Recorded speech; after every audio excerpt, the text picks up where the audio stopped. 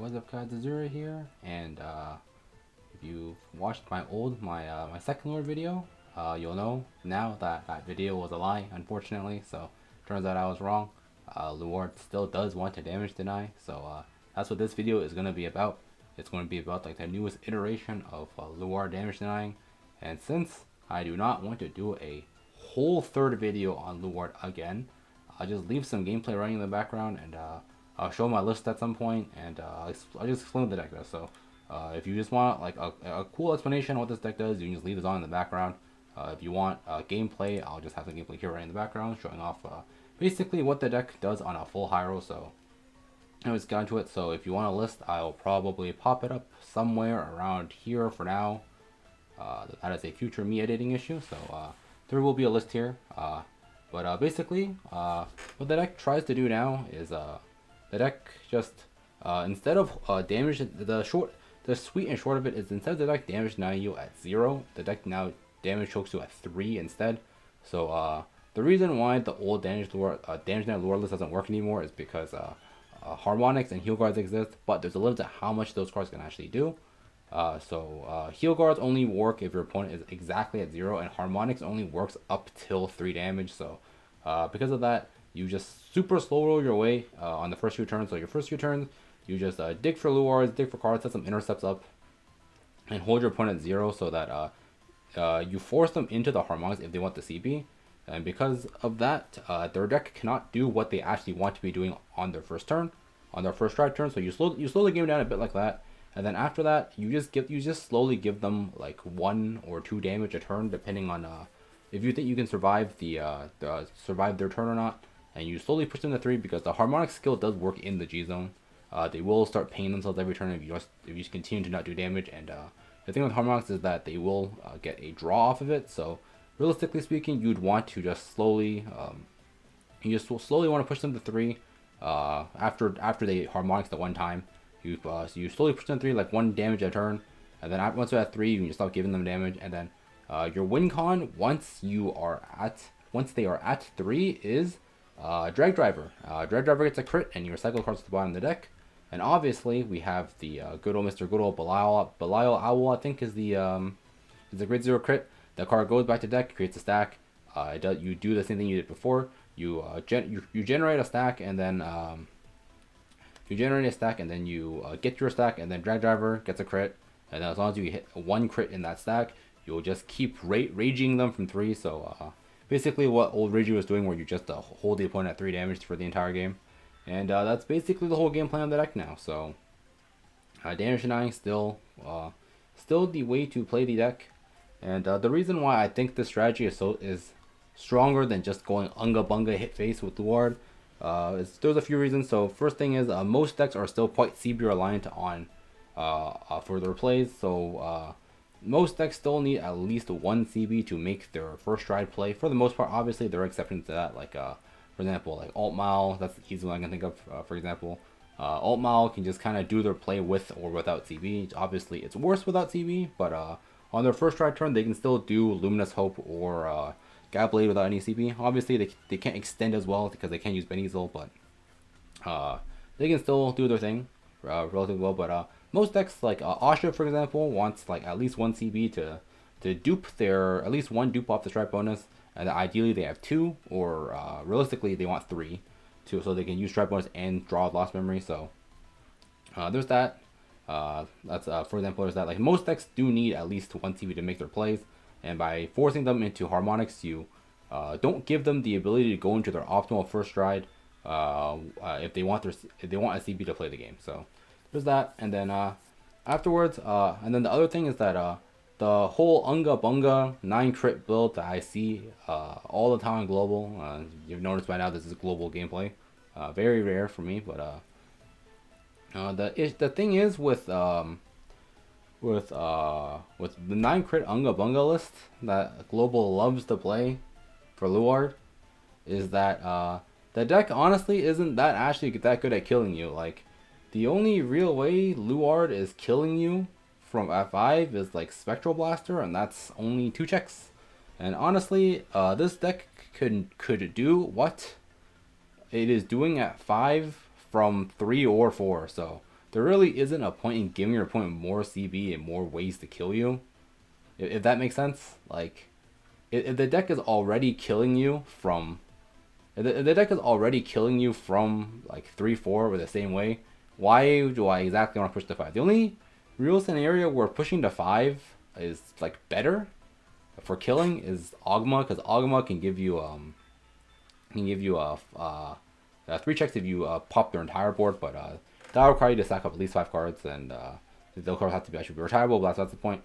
And for example, here you see, I know for a fact that if I gave the CB, I probably would have died to Lambro, so that's why I didn't give the CBs to not let the Basil go off or the Dia go off. So there's that.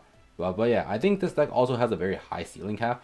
Aside from just being to do all this stuff, you need to manage your stack very well. That's still something I'm not particularly too good at, but still something I can do. And most importantly, you really is a high sense of matchup knowledge that you need to be able to pilot this deck properly. Because you need to basically know for every 1 CB you give your opponent, how much more are they extending to kill you. So obviously, you need to know like when to give the damage, but not to give the damage. When, for example, like giving early damage is fine, when giving early damage is not fine. And then obviously there are even some matchups where you just have to abandon the standard scenario gameplay and just go face. The most prominent matchups in my opinion like this is Naru and a much less relevant deleters. But basically any deck that can actively screw over your game plan of recycling stuff from drop, those are matchups where you definitely should just go face and just start hitting, because you can't exactly play that style game against them in those specific matchups. And then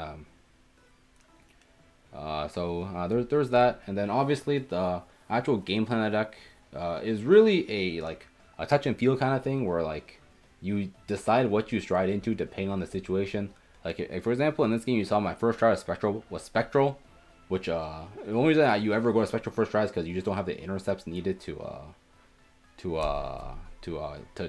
not take too much damage. So that's why there's first try. And you see here, go for Ogma. Sometimes you just go for Carnivore instead, and you just keep popping the back row. So basically, it's just like what the game state is like and what you think is the best thing to do in that situation.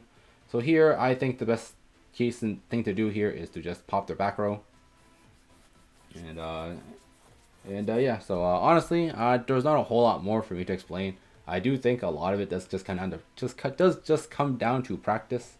And yeah, if you want an example of gameplay, there's this game obviously. If you want to check my VODs, I probably have like a few games every somewhere.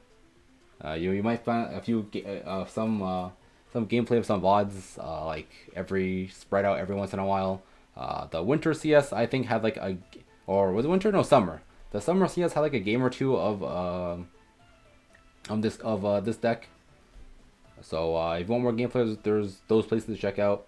But I really do think this does just come down to how well you.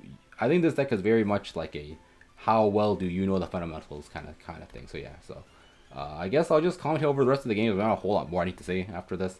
But yeah, if you want to know why here, for example, I didn't put the crits back, is because sometimes if you have too many crits out of your deck and you still need to use tribal and stuff, basically, because every time, obviously, when you put the crits back, they go to the bottom of the deck, but sometimes you still need to use stride bonus to get cards to shuffle. Sometimes it's actually better to hold the crits out of putting them back in your deck, to thin your deck out a little bit more in the next turn first before putting them back, so that you can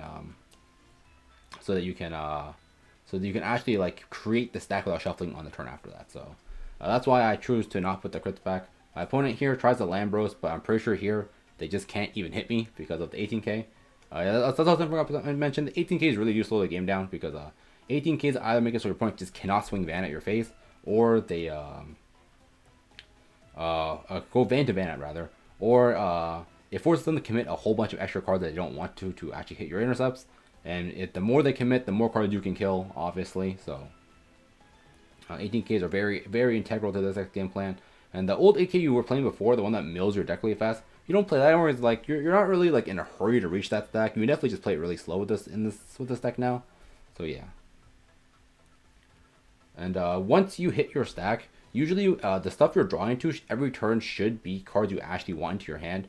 Because The ways you use to dig through your deck now, you have stuff like mainly to turbo through like the extra blanks that Drag Driver puts back to go through the blanks. And here, Doomed is actually quite a good card for this deck specifically, because Doomed digs you 2 cards through your deck so you can go through your deck even faster when you need to. So pretty good there. Doomed actually is a pretty good card in this deck specifically.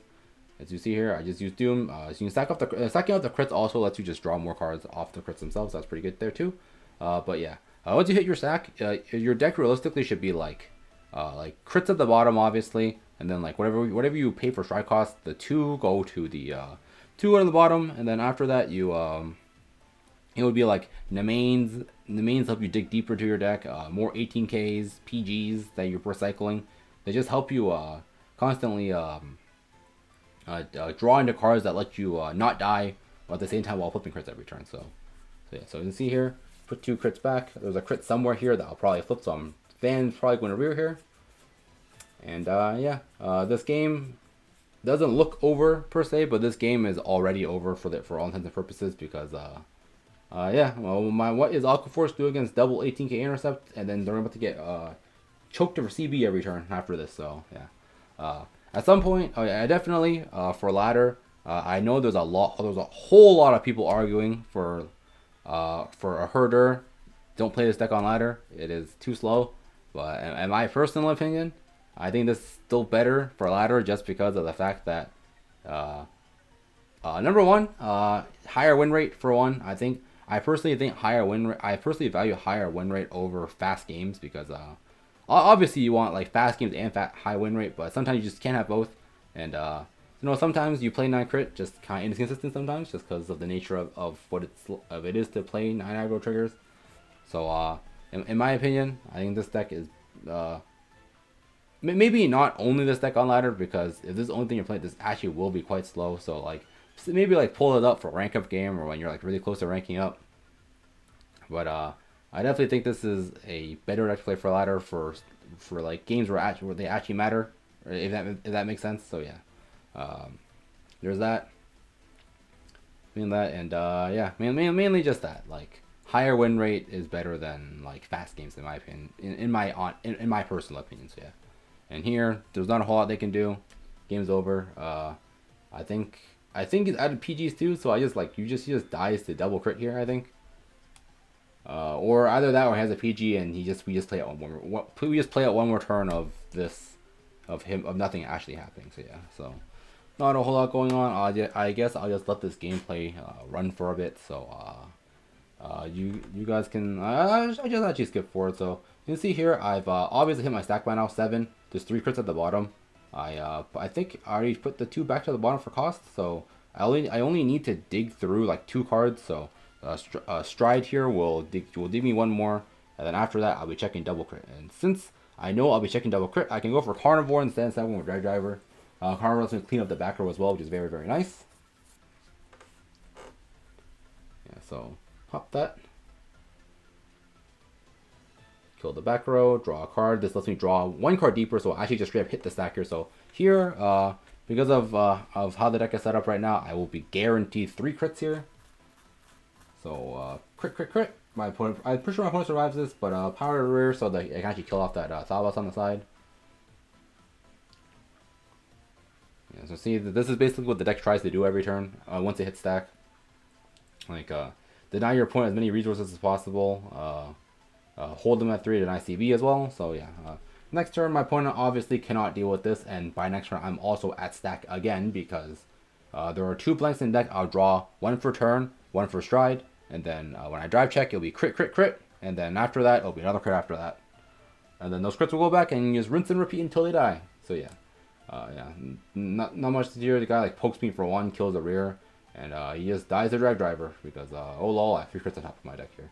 Oh yeah, I guess one obvious thing I didn't mention here is that if you obviously, once you hit your stack and you need to do this every turn, you don't use the stride bonus, because if you do, you shuffle your deck.